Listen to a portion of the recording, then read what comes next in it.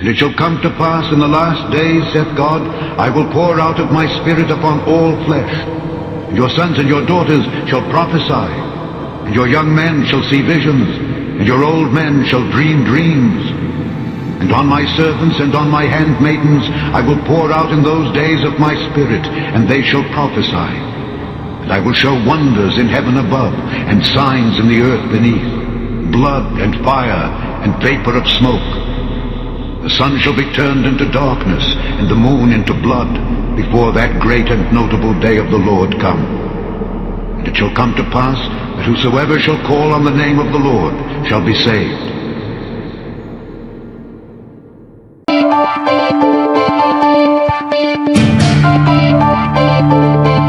Hello and welcome to another segment of A Spirited Debate. I'm Lauren Green, Chief Religion Correspondent for Fox News Channel. Does God use the motion of the planets to communicate with us, to announce things to come? Well, many people believe that an astronomical occurrence called 4 blood moons is a message from God. A blood moon is a full lunar eclipse, and 4 of them in a row is called a tetrad. When they've occurred on the Jewish high holy days, it's coincided with major historical events, like the Six-Day War in 1967. 4 blood moons on the Jewish high holy days has happened only 3 times in the last 500 years. The next time it occurs is starting next spring on the Jewish Passover. Pastor Hagee has written a book called 4 Blood Moons, Something is About to Change, and he joins me now. This is fascinating because I get a lot of books about end times prophecies and what's the Bible trying to say, and this one really fascinated me because it charts history of astronomical occurrences, the Jewish high holy days of Passover and the Feast of the Tabernacles, and these occurrences. And I want to go over just a couple of the things that have happened because it's only happened in 3 times. 3 times in over 500 years. In 500 years. And this is confirmed by NASA. This is not something that a religious think tank put together. This is something that you can check on the internet. This is what NASA says has happened, and this is what they say is going to happen. This is, and we have a full screen up, and it's exactly what I did when I saw your book, because I wanted to verify that these things had happened, and sure enough it was. That's why I wanted to have you on. 4 blood moons have occurred in 1493-94, fall of Spain. The Jews expelled from them, and Columbus discovers America, what the Bible calls it the infant nation. Right. 1949 to 1950, it follows Israel being declared a nation. State. And then a nation state. And then 1967, 68, the Six-Day War. Those are the last 3 times that 4 blood moons have occurred. Right. And so the next time it occurs actually is starting next spring. Starts April the 15th, 2014, next spring, and it happens on Passover. The second blood moon next year will be October the 8th on the Feast of Tabernacles. And then in 2015, it will happen again on Passover. And then it will happen the last time, September the 15th, and that will be on the Feast of Tabernacles. The irony of what it takes to get the sun, the earth, and the moon in a perfect alignment to have a blood moon, and then for those blood moons to be on this exact date is something that just is beyond coincidental. The Bible very clearly says, Joel the 2nd chapter says, the day of the Lord will be as when the sun refuses to shine. The significant thing is that between these 4 blood moons will be a total solar eclipse, and the moon will be turned to blood.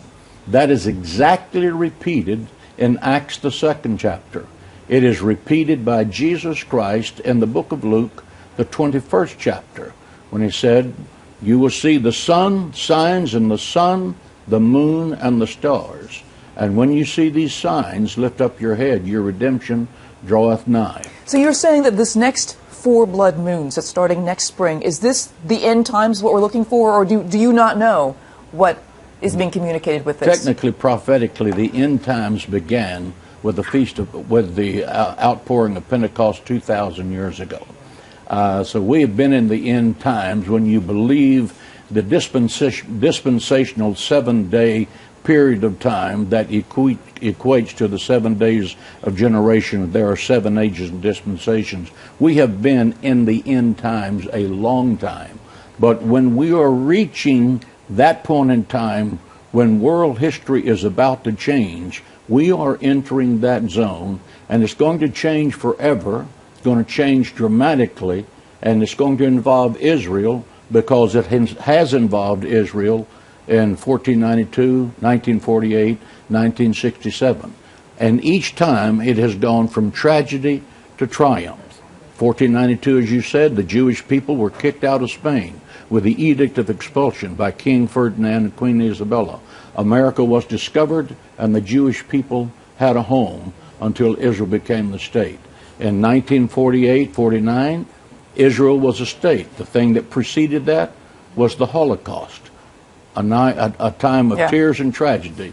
1967 was the Six-Day War, and then Jerusalem became a part of the state. But what do we know what it's going to happen? I mean, we get a lot of prophecy, a lot of end-time prophecies. I get the books a lot, but there's no telling what is actually going to happen. I mean, you could not have predicted a Six-Day War. You could not have predicted a lot of the things that happened after the Second World War with the, with the partition for Israel.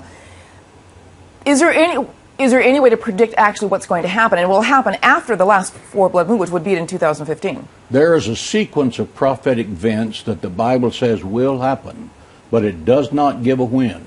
It just says, when you see these signs like this, lift up your heads and rejoice, your redemption draweth nigh, meaning that the end of this age is coming and the Messianic age is going to appear. How long is that? No one knows. Well, it's a fascinating topic, and I urge people to not only check out your book, but also check out what's on the internet, because there's a lot of stuff about four blood moons that people can check out for themselves and see what they think. I mean, there are a lot of people who will just poo-poo any kind of end-time prophecy. There are a lot of theologians that say that you can't predict what's going to happen. But the fact is that this is an astronomical occurrence that did occur, that happened at this time, and that the next one is going to start happening next spring. So it's fascinating.